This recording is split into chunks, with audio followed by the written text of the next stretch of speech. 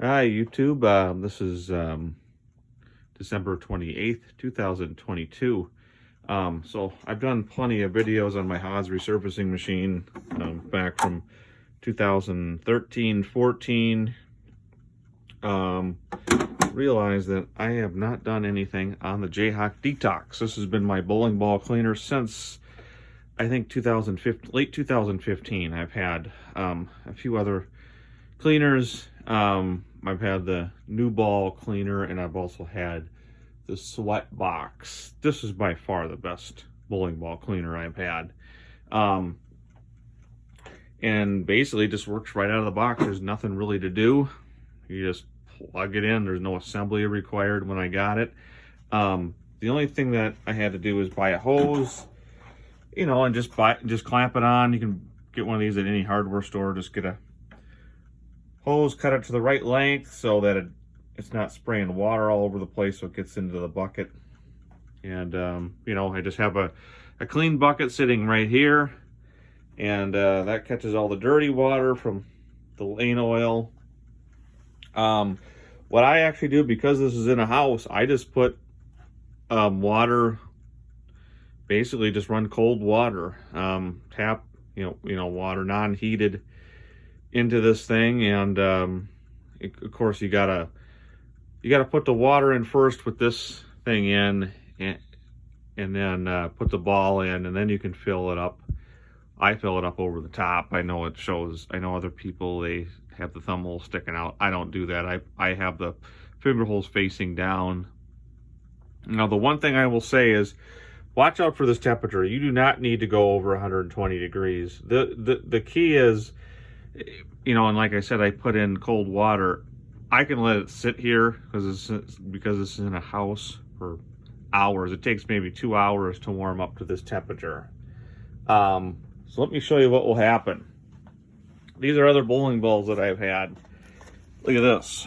This is a damaged ball that, when I try to heat it up a little bit warmer to get it. Here's a Black Widow. So just don't, it's not worth, increasing the heat to a hot temperature. Also, I would be very careful on sticking the ball inside, the water that's already at, say, 120 degrees. I would, if you're going to put it in warm water, put it in lukewarm water and let it warm up to the temperature. Again, that's why I just put the cold water in, to just let it heat up at a trickle rate. I've had no problems with balls cracking ever since I've done that. And you can see it's got plenty of time. It's got a 4-hour timer right here. This is the time. Here's the, so how long did that take to get there? Not quite 2 hours, and it's almost at 120. So let's turn on the aerator. This will buzz a little bit. It's not real loud. It's not super annoying. You can hear the buzz, but it's not.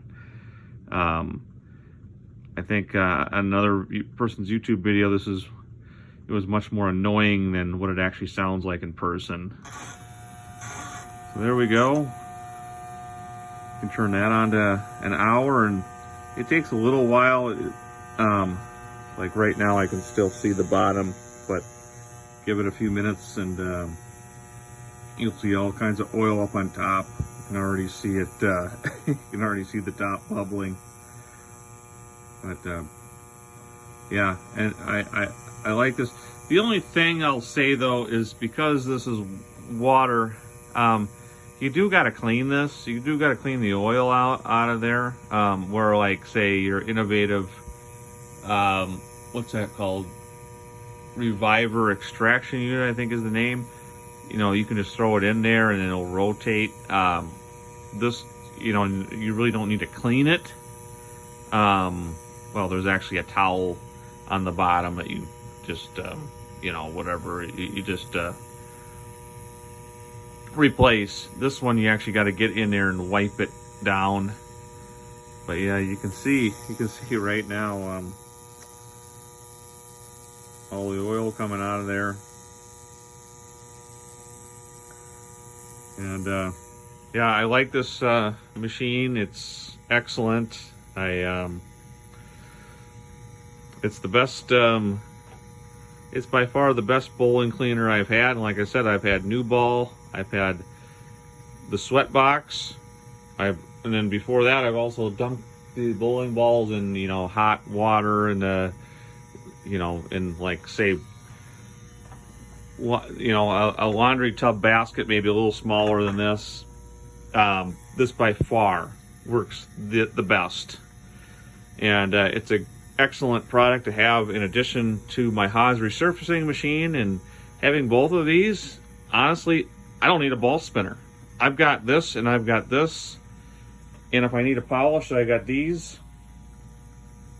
These are the only two surfacing machines that I need.